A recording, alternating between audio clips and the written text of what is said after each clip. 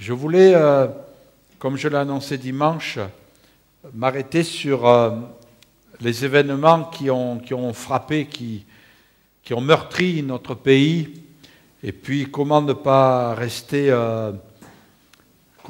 être impacté par ces événements. Et je crois que en réfléchissant, en faisant comme vous, en essayant d'être informé, de pouvoir écouter ce qui pouvait être dit, je n'ai pas pu m'empêcher de dresser un parallèle avec ce que la Bible nous dit aussi. Et je crois qu'au travers de cela, nous trouvons une solution à cette angoisse qui est en train de peser sur notre humanité et qui est en train d'atteindre les gens. L'autre jour, j'écoutais à la radio qu'il y avait une augmentation à peu près de 15% de gens qui allaient consulter les médecins pour être aidés avec des antidépresseurs. On s'aperçoit qu'il y a quand même une inquiétude, il y a une peur, il y a une crainte.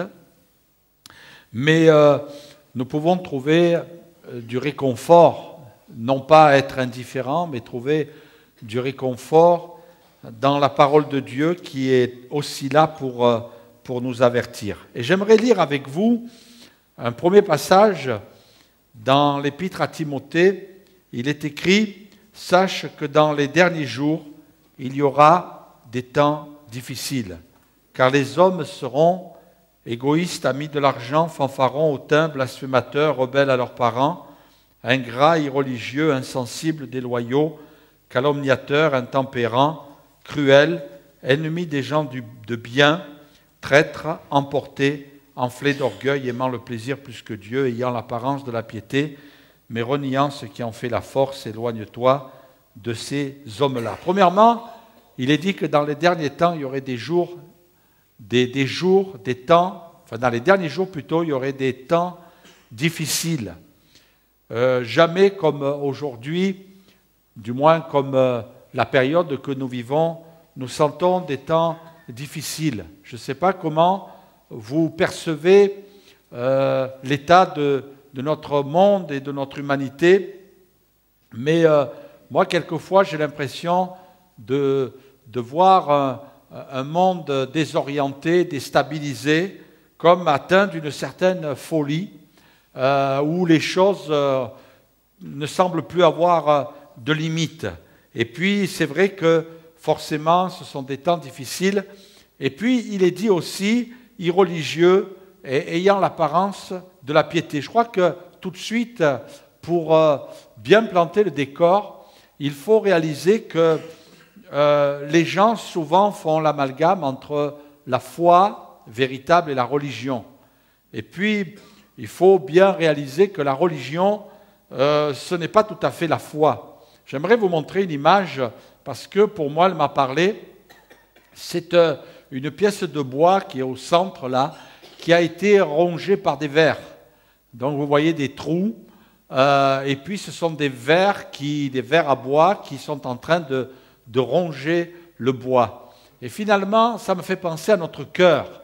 Notre cœur est rongé par le péché, rongé par le mal, rongé par des éléments étrangers qui un jour sont venus dans notre vie et qui sont venus pour nous détruire. Et le péché, si vous ne l'empêchez pas d'évoluer, il va vous détruire, il va vous anéantir, il va ruiner votre vie.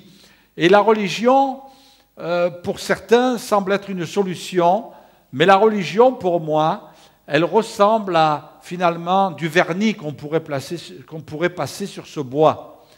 Le vernis ne peut pas atteindre ces vers, mais va apporter un semblant finalement de beauté, de transformation, mais au fond des choses, les problèmes sont toujours là. Et je crois qu'aujourd'hui, on assiste à des attitudes, des comportements qui sont religieux. Alors les gens souvent disent « oui, mais comment se fait-il que des gens au nom de Dieu, des gens avec la foi, qui croient en Dieu, qui pratiquent, eh bien, arrivent à commettre de tels actes, arrivent à vivre de telles dérives. En fait, c'est la raison pour laquelle j'ai pris cette image, parce que la religion a passé un vernis, mais le problème est toujours à l'intérieur. Et tant que les hommes chercheront une religion, eh bien rien ne se passera. Par contre, il existe des traitements qui vont peut-être pas donner une certaine beauté, mais qui vont aller au cœur du bois pour éradiquer finalement l'action des vers, les stopper, les faire mourir, et puis donner une seconde vie à cette pièce de bois. Et je crois que ça, c'est l'image de la foi véritable. La foi véritable, lorsque les cœurs se tournent vers Dieu, lorsque les cœurs se convertissent, ça va au plus profond de nous-mêmes. Ça va à l'intérieur de nous-mêmes. Et ça nous change. Ça tue le péché, ça tue les puissances des ténèbres, et puis ça transforme notre vie en profondeur. Et ça nous change. C'est ça qui est important. Les hommes veulent souvent une couche de vernis, mais uniquement pour avoir une religion de façade. Et la Bible nous dit que dans les derniers temps, dans les derniers jours, les gens, eh bien, se donneront une foule de docteurs, de gens qui vont, soi-disant, les conduire vers la foi, mais en fait, ils vont les conduire uniquement à avoir du vernis dans leur vie, et malheureusement, il n'y a rien qui change, parce que c'est à l'intérieur du cœur. La Bible nous dit que c'est du cœur que viennent les mauvaises pensées, viennent toutes les choses mauvaises. Et c'est pour cela que Dieu nous dit dans sa parole, quand il veut nous inviter à venir à lui, il nous dit « Viens, mon enfant, donne-moi ton cœur ». Alors, par rapport aux événements qui ont frappé, le premier point que j'aimerais souligner, c'est humour ou blasphème. Je crois que vous comprenez où je veux en venir. C'est vrai qu'il y a beaucoup de discussions sur la liberté de la presse, beaucoup de discussions sur des gens qui disent « je suis Charlie », mais jusqu'où pouvons-nous aller? Jusqu'où pouvons-nous aller dans l'humour? Jusqu'où pouvons-nous aller dans la dérision? La Bible dit, et moi ça m'a interpellé, qu'il y a un phénomène aussi particulier. On s'aperçoit que ce qui s'est passé en France est devenu un événement mondial. Même notre cher président disait que Paris était devenu la capitale du monde. Les yeux étaient rivés de tous les pays. Aujourd'hui, vous savez que l'information va très vite. Vous savez que par Internet, par ce moyen-là, mais aussi par la télévision, les informations vont très vite. Et même quelquefois, on reçoit une information à la télé et on reçoit une information tout à fait différente par Internet. Finalement, on est aussi dans un siècle où on est un petit peu déstabilisé par moments. Parce qu'on se dit, mais qui dit la vérité? Qui exagère? Qui va trop loin? Et on s'aperçoit que dans le monde entier, il y a eu toutes sortes de réactions. Il y en a eu des bonnes, il y en a eu des mauvaises. Et puis, finalement, ce qui s'est passé avec une sorte d'humour, mais qui n'est pas de l'humour, mais qui est de la moquerie, eh bien, ça a produit aussi des réactions terribles. On a entendu que vendredi dernier, au Niger, et puis dans d'autres pays, il y a eu des manifestations, mais surtout au Niger, des églises ont été brûlées. Aujourd'hui, j'ai appris que des chrétiens sont morts. Il y a eu certains qui ont pu échapper. Pourquoi? Parce qu'on veut pousser à la vengeance. Finalement, il y a quelque chose de mauvais qui anime les cœurs. Mais pour revenir à cette attitude aussi qu'on retrouve dans certains journaux, il y a aussi là un phénomène qui nous parle concernant la fin des temps. Et j'aimerais lire avec vous ce passage dans l'épître de Jude. Il dira « Mais vous, bien-aimés, souvenez-vous des choses annoncées d'avance par les apôtres de notre Seigneur Jésus-Christ. Ils vous disaient qu'au dernier temps, il y aurait des moqueurs, marchant selon leurs convoitises impies. Ce sont ceux qui provoquent des divisions, hommes sensuels, n'ayant pas l'esprit. Et ce texte de la Bible m'a parlé comme il ne m'avait jamais autant parlé que suite aux événements qui ont frappé notre pays, mais aussi notre monde entier. Les moqueurs, on aurait peut-être pensé que ce sont des êtres tout à fait anodins. On pourrait dire, après tout, ils ne peuvent pas provoquer grand-chose, mais on s'est aperçu qu'on assiste à de véritables émeutes. Alors moi, je ne vais pas vous dire le détail, chacun peut faire son analyse par rapport à ce qu'il sait, par rapport à ce qu'il voit, par rapport aux informations qui lui reviennent, mais quand même il y a ce texte de la Bible qui nous dit que dans les derniers temps, eh bien il y aurait des moqueurs. Et puis ces moqueurs n'amènent pas simplement les gens à rire, parce qu'il y a des gens qui rient, il y a des gens qui rient de tout, il y a des gens qui rient de n'importe quoi. Moi, en ce qui me concerne, il y a des choses pour lesquelles je ne veux pas rire.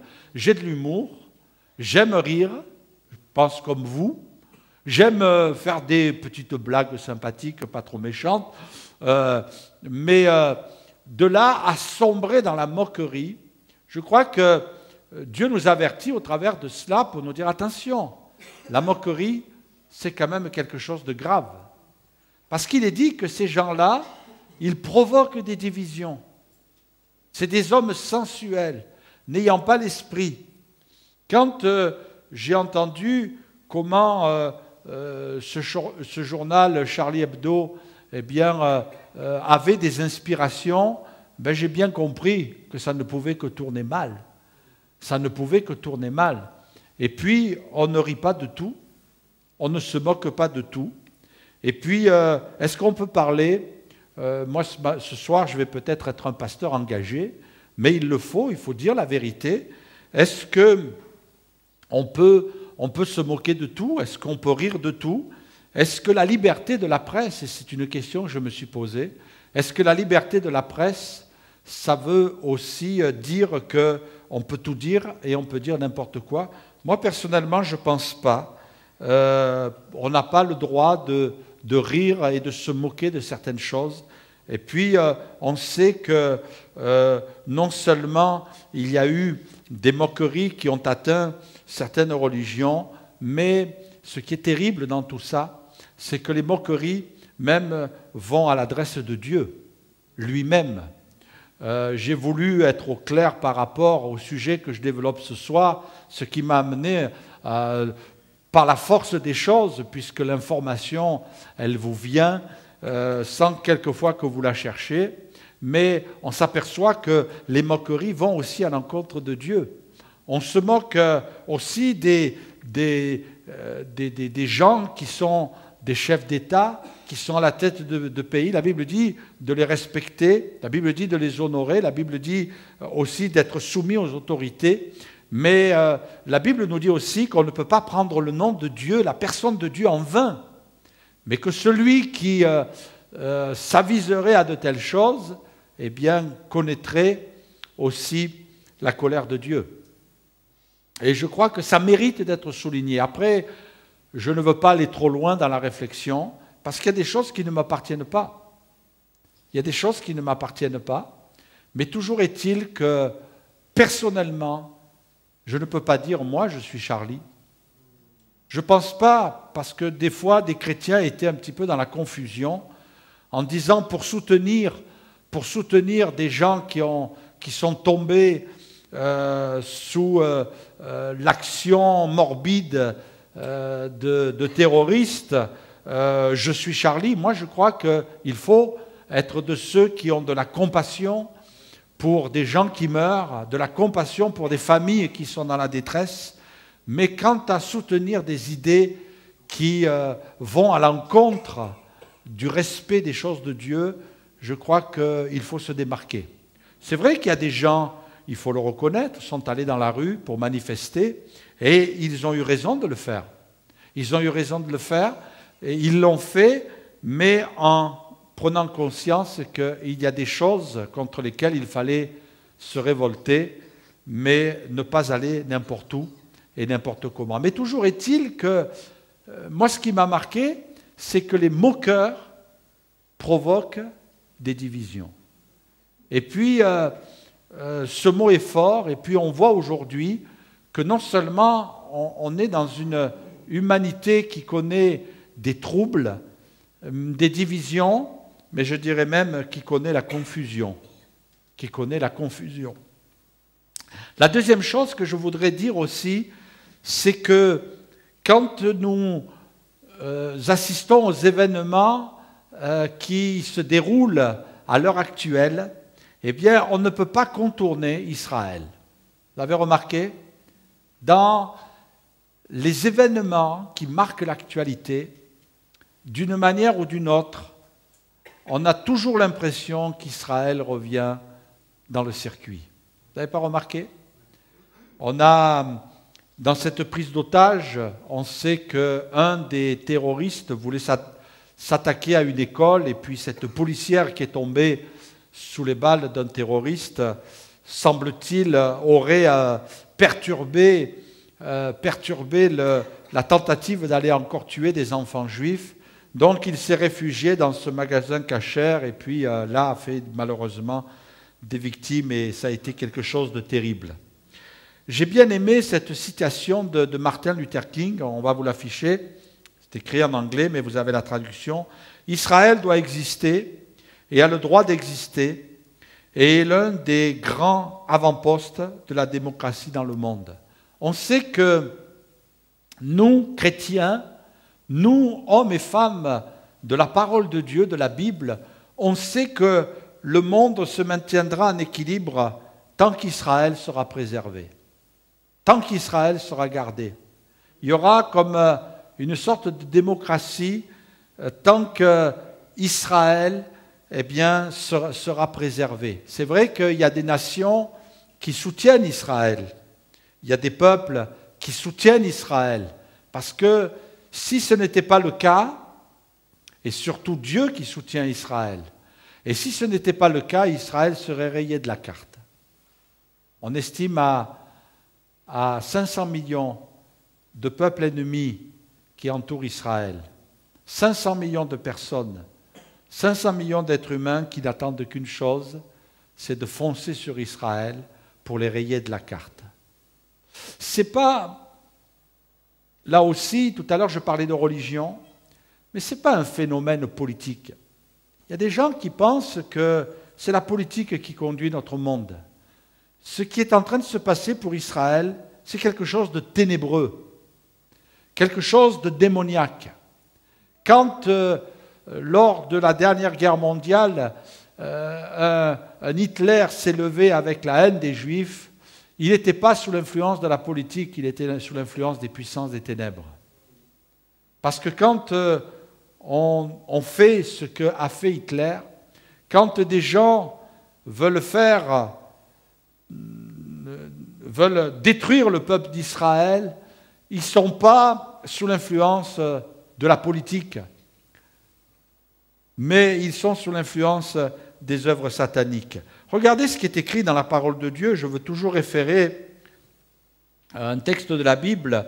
Dans Zacharie, Dieu dira « Voici, je ferai de Jérusalem une coupe d'étourdissement pour tous les peuples d'alentour, et aussi pour Juda dans le siège de Jérusalem. En ce jour-là, je ferai de Jérusalem une pierre pesante pour tous les peuples. Tous ceux qui la soulèveront seront meurtris, et toutes les nations de la terre s'assembleront contre elle. » Quelque part aussi, dans les actes terroristes, il y a aussi le fait qu'il y a des peuples qui soutiennent Israël. Quand il s'est passé ce terrible attentat du 11 septembre aux États-Unis qui a fait effondrer les tours, eh bien c'est parce qu'on a voulu frapper tout un pays, on a voulu le meurtrir, on a voulu le briser. Pourquoi? Parce que les États-Unis, pendant des années, des siècles même, ont soutenu Israël. Il est vrai que en France aussi, il y a ce désir sur le plan politique, sur le plan des responsables qui gouvernent, eh bien, le désir de maintenir une sorte de climat de paix sur les terres de Palestine, mais bien sûr, tant que ces peuples dont nous faisons partie soutiennent Israël, ils seront dans la ligne de mire. C'est vrai que des gens ont dit « je suis fier de mon pays ». Il y a des aspects qui nous réjouissent. Il y a des choses qui nous réjouissent. Mais il arrivera un moment où la pierre sera tellement pesante qu'il semblerait, je parle au conditionnel, qu'il semblerait que les nations, eh bien, à un moment donné, soient obligées de lâcher Israël. Et c'est là que le peuple d'Israël connaîtra des temps particulièrement difficiles d'attaque. Et puis Dieu interviendra quand le peuple d'Israël va crier à Dieu. Là, ils vont reconnaître Jésus, leur sauveur. Ils vont reconnaître celui qu'ils ont percé. La Bible dit qu'ils vont pleurer de repentance, et puis se tourner vers lui, et Dieu va les secourir. Il y a un troisième aspect aussi qui m'a interpellé, et qui fait encore je dirais la une de l'actualité, c'est les persécutions. On sait qu'aujourd'hui, ça s'intensifie. On avait l'impression, il y a quelques années en arrière, que les choses étaient paisibles, que par-ci par-là, il y avait des gens qui étaient opprimés par des pouvoirs qui dominaient. Et puis, mais aujourd'hui, on a l'impression que c'est quelque chose qui fait tache d'huile. Vous allez être impressionnés, mais on considère que dans le monde, il y a 50 pays où les chrétiens sont persécutés. Pourquoi on les persécute? On fait des caricatures de Mahomet, on brûle des églises. Quel rapport entre Charlie Hebdo et des églises? Il n'y en a pas. Il n'y a pas de rapport. Est-ce qu'en France, parce qu'il y a eu des actes terroristes, des gens malveillants, je dis bien malveillants, seraient allés brûler des mosquées? C'est vrai qu'il y a eu des gens qui ont manifesté, à leur manière, et puis on n'approuve pas ces attitudes, on ne peut pas les approuver, mais ils ont manifesté leur colère.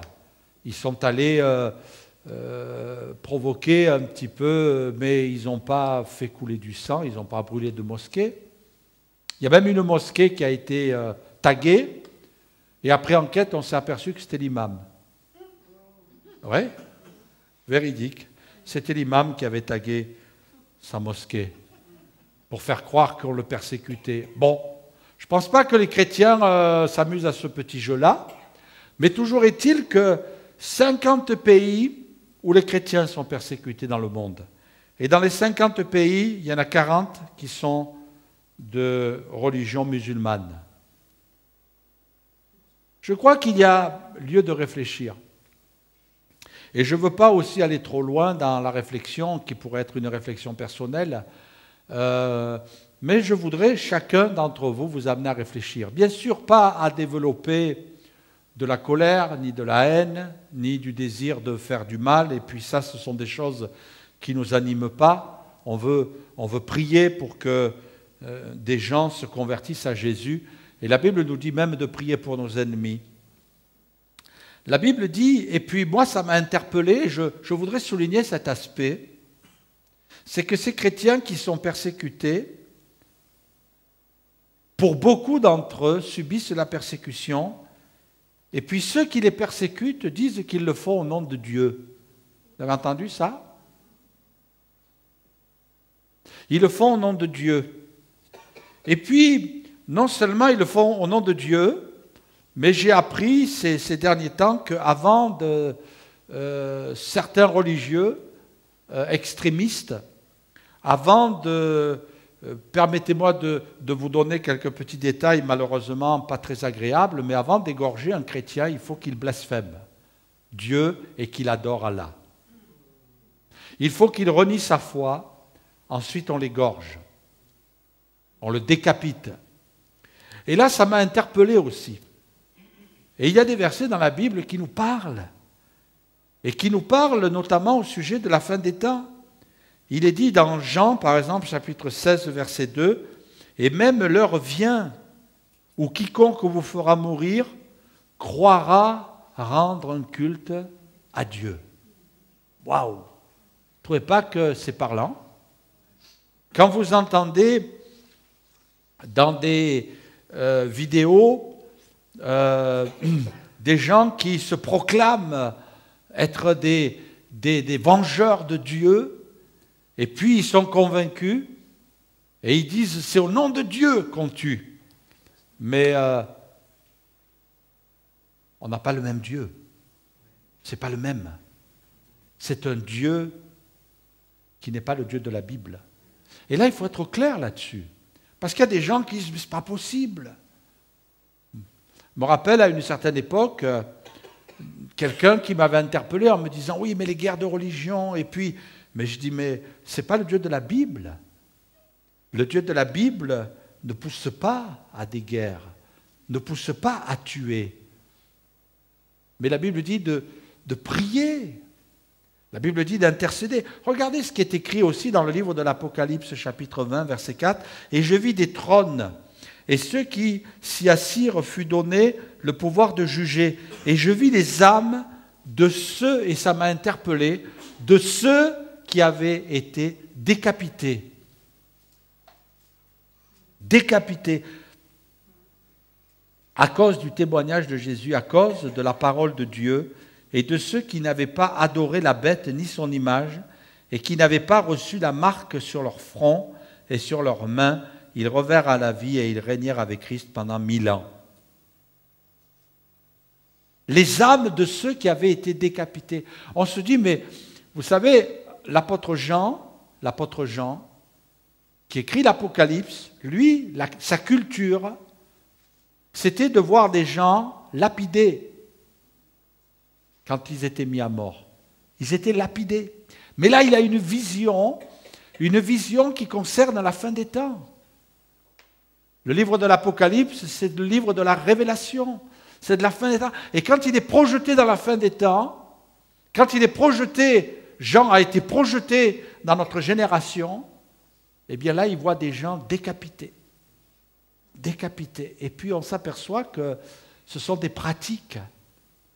Et puis, j'aimerais vous rassurer, mais je ne suis pas là pour vous rassurer, je suis là pour vous dire la vérité. Tout ne nous est pas dit. Tout ne passe pas à la télé. Pendant que nous, on vivait 17 morts en France, ce qui est un drame, je ne veux pas minimiser la portée de ce qui s'est passé dans notre pays, 2000 personnes se faisaient tuer. Une petite fille de 9 ans a été prise pour transporter des bombes sur elle et se faire sauter dans une foule. 2000 morts. C'est terrible, mais c'est une réalité. Et puis, c'est vrai que, et puis là je me réjouis quelque part de ce que des milliers et des milliers de gens sont allés dans la rue et sont allés dire non, on ne veut plus ça. Et c'est bien de l'avoir fait.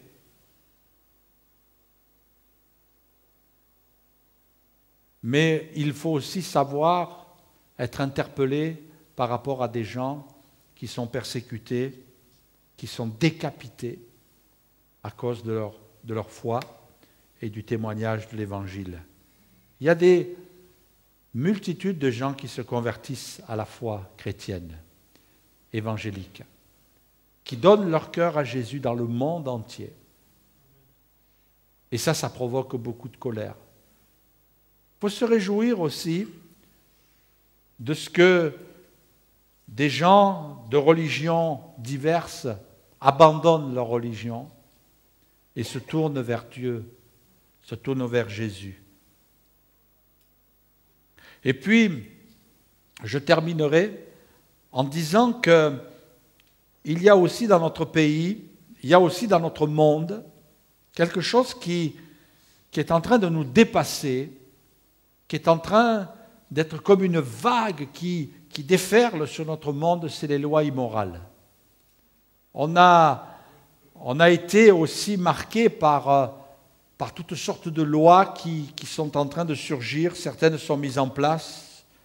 Et puis, on se targue d'être un pays de liberté, mais jusqu'où? Sous prétexte qu'il faut vivre dans la liberté, alors on peut tout dire, on peut se moquer de tout. Sous prétexte qu'on vit dans la liberté, on peut se livrer à tous les sens.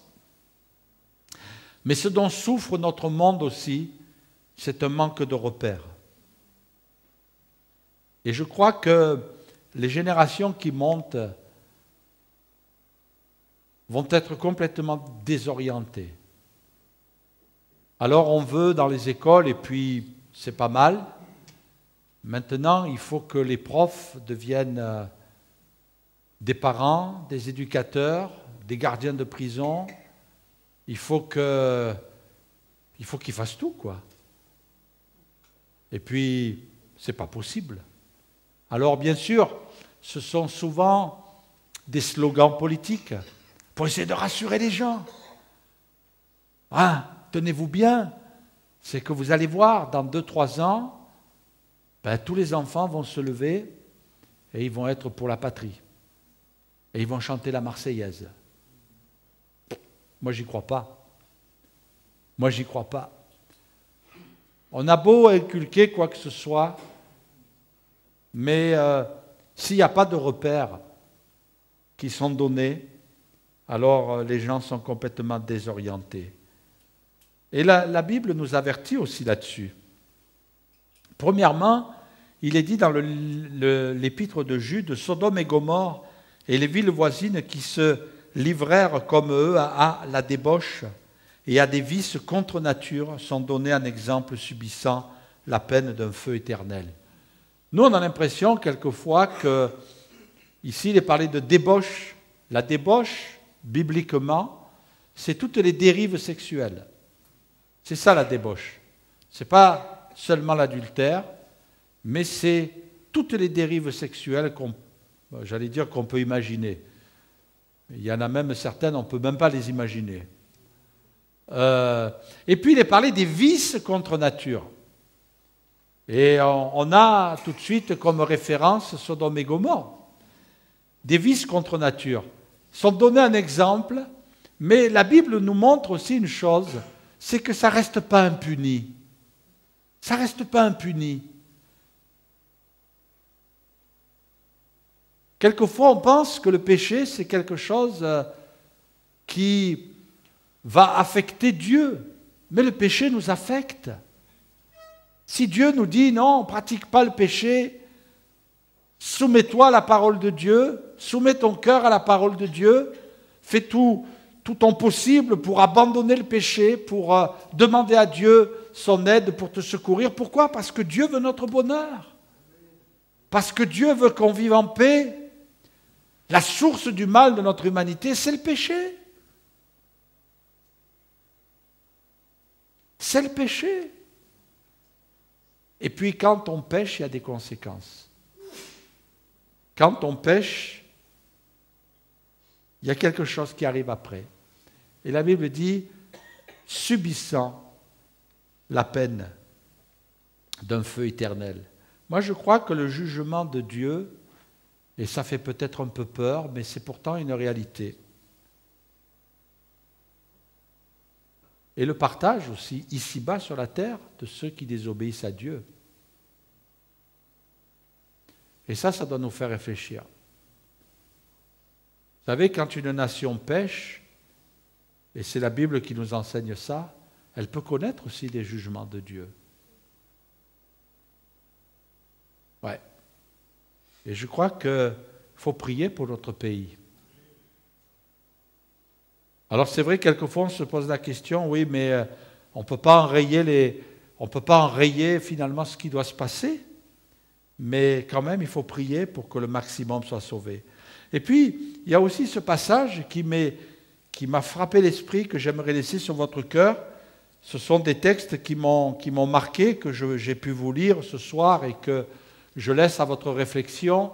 je ne voudrais surtout pas être un manipulateur, je ne voudrais surtout pas être quelqu'un qui vous oriente, mais je veux laisser le Saint-Esprit vous orienter et la parole de Dieu. Après, c'est à vous de juger. Mais regardez ce qui est écrit dans l'Épître aux Romains. Il est dit, se vantant d'être sages, ils sont devenus fous. Quelquefois, il y a certaines décisions qui sont prises en haut lieu, et vous avez l'impression que ce sont des gens qui sont des sages. Ils ont été élus. Ils ont été choisis, ils ont été nommés. Mais se vantant d'être sages, se croyant sages, ils sont devenus fous. Vous savez ce que c'est ça? C'est l'humanisme. Quand on se vante d'être sage, c'est qu'on considère que l'homme, il est Dieu. Ouais? On considère que l'homme est Dieu. Et ça s'appelle l'humanisme. L'homme, après tout, on n'a pas besoin de Dieu, on est grand, on est sage, on est intelligent, on n'a plus besoin de la parole de Dieu. On n'en a plus besoin, on n'a plus besoin de prier Dieu, on n'a plus besoin de se référer à Dieu. Oui.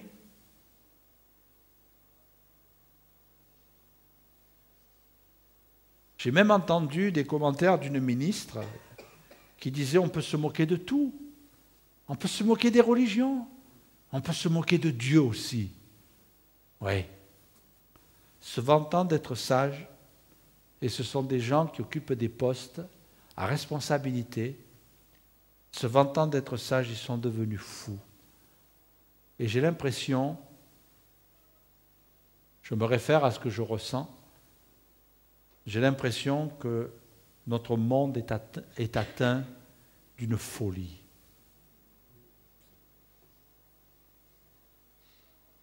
Plusieurs le ressentent et disent, mais on va aller où comme ça? Où va notre monde?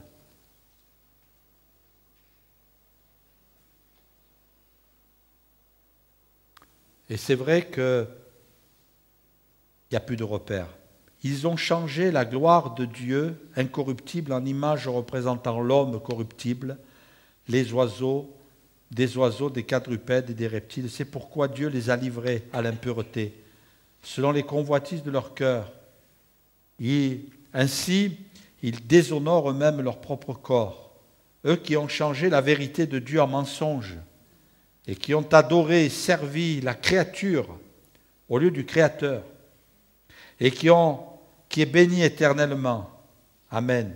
C'est pourquoi Dieu les a livrés à des passions infâmes, car leurs femmes ont changé l'usage naturel en celui qui est contre nature. Et de même, les hommes, abandonnant l'usage naturel de la femme, se sont enflammés dans leurs désirs les uns pour les autres, commettant homme avec homme des choses infâmes et recevant en eux-mêmes le salaire que méritait leur égarement. Parmi toutes ces lois immorales qui surgissent, il y a celles, et je ne voudrais pas parler des êtres humains, mais je voudrais parler d'une tendance uniquement, celle qui encourage les gens à pratiquer l'homosexualité et faisant croire que c'est quelque chose de tout à fait normal, semblerait, d'une manière évidente de toute façon, que c'est quelque chose aussi qui est en train de surgir de plus en plus, de prendre de la place, de devenir comme une sorte de norme, de devenir comme quelque chose qui doit prendre place dans notre société. Et c'est pour cela que de plus en plus, nous allons voir des gens qui vont se livrer à l'homosexualité. Et c'est aussi un signe qui montre l'état dans lequel évolue notre humanité. Et nous avons besoin aussi de voir dans ces tendances, ces phénomènes, une marque de la fin des temps. La Bible dit qu'il en sera comme du temps de Sodome et Gomorrhe, comme une sorte de réveil de l'homosexualité, mais qui amène les hommes à pratiquer des choses qui sont dénoncées par la parole de Dieu Et Dieu nous invite à aussi venir dans sa présence. Il est vrai qu'il y a des personnes qui combattent avec cette tendance, avec quelquefois cette souffrance intérieure. Et bien, moi je les invite à ne pas laisser cette tendance évoluer en eux, mais de s'approcher de Dieu pour recevoir son secours et son aide. Parce que la parole de Dieu nous dit que ce sont des choses qui ne sont pas des choses voulues par Dieu, qui sont des choses que Dieu va considérer à la légère, mais au contraire que Dieu veut secourir, que Dieu veut aider, que Dieu veut délivrer, afin que celui ou celle qui souffre de ces tendances puisse entrer dans une vie d'épanouissement et puis trouver le chemin que Dieu veut tracer dans sa vie. En conclusion, je voudrais dire que le désir de Dieu, c'est de nous faire réaliser l'importance du mal. Et quel qu'il soit, je ne veux pas me dresser en accusateur à l'égard de qui que ce soit. Non, je crois que chaque âme, quelle qu'elle soit, a besoin du secours de Dieu. Mais la Bible nous avertit, et je soulignerai ce passage de l'Épître aux Galates, où il est dit « Ne vous y trompez pas, on ne se moque pas de Dieu ». Et là aussi, ça nous parle. Ne vous y trompez pas, on ne se moque pas de Dieu.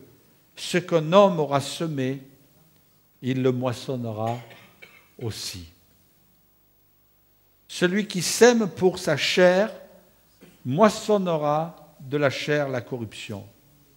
Mais celui qui sème pour l'esprit moissonnera de l'esprit la vie éternelle. Il faut que notre vie soit positionnée, mais dans une bonne position, et se démarque, afin de ne pas se laisser infecter. La Bible dit, on ne se moque pas de Dieu. Et ce que quelqu'un va semer, il va le moissonner. Il va le moissonner. Ce que nous semons, on le moissonne. Ce qu'un peuple sème, il va le moissonner aussi. Et là, nous avons besoin vraiment de revenir à l'essentiel. Pour nous, l'essentiel, c'est de nous approcher de Dieu de tout notre cœur, de laisser sa parole faire son œuvre en nous. Garder ce contact avec Dieu, garder ce contact avec la parole de Dieu, parce que Jésus nous a avertis, vous connaîtrez la vérité, et la vérité, elle vous affranchira. Et c'est pour cela qu'il faut s'imprégner de la parole de Dieu. Nous, on ne peut pas changer. Nous, on ne peut pas se transformer. Mais à force de se pénétrer de la parole de Dieu, alors Dieu va nous changer.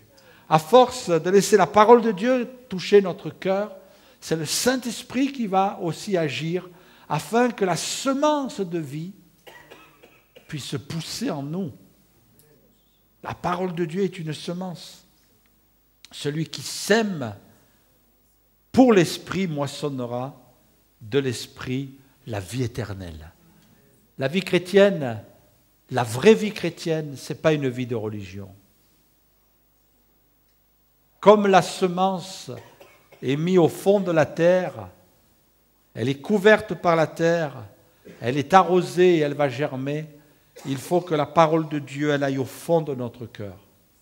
David, à un moment donné, a perdu pied, et puis il va s'humilier devant Dieu, et il a compris une chose, c'est qu'il dira dans le psaume 51, « Tu veux que la vérité soit au fond de mon cœur. » C'est parce que, à un moment donné, la parole de Dieu, elle est sortie du fond de son cœur, elle est remontée à la surface, qu'elle n'a plus pu exercer dans sa vie le moyen de se garder du mal. Et David a été condamné, il a été dévoilé, il a été dénoncé par Dieu. Il a subi la peine de son péché. Mais à un moment donné de sa vie, il a dit, Seigneur, plus jamais ça. C'est fini maintenant. Et là, il s'est humilié devant Dieu. Et il a dit, tu veux que la vérité soit au fond du cœur. Pourquoi ? Parce qu'il a compris que si la semence de Dieu, eh bien, ne va pas à l'intérieur de lui, elle ne va pas au plus profond de lui-même, elle ne peut pas le changer. Il y a des gens, ils veulent changer à coup de religion, mais ils n'y arriveront pas. C'est Jésus qui, lui, peut nous changer. Non seulement il vient dans notre cœur, mais il vient dans notre cœur par sa parole aussi, et par la présence de son esprit. Amen. On va prier ensemble, et puis on va demander à Dieu toute sa grâce, que ces choses restent dans notre cœur, qu'elles soient là comme pour nous avertir, comme pour nous parler, comme pour nous dire, voilà quelques repères dans la vie du croyant pour qu'il réalise qu'il est temps pour lui de vraiment s'accrocher à Dieu toujours plus, et que ceux qui n'ont pas encore fait la paix avec Dieu, ceux qui n'ont pas donné leur cœur à Jésus, le fassent. Si tu n'as pas donné ton cœur à Jésus, fais-le, mon ami. N'attends pas. Des temps difficiles, des moments difficiles arrivent, et puis il faut que tu te positionnes, il faut que la semence de vie pénètre dans ton cœur, il faut que tu reçoives Jésus dans ton cœur, il faut que tu mettes ta vie en règle avec Dieu, mets de l'ordre dans ta vie, et puis ce qui est important aussi, c'est d'obéir à la parole de Dieu, ce que Dieu te demande pour que ton salut devienne réel, pour que ton âme soit sauvée, pour que ton nom soit écrit dans le livre de vie. Amen.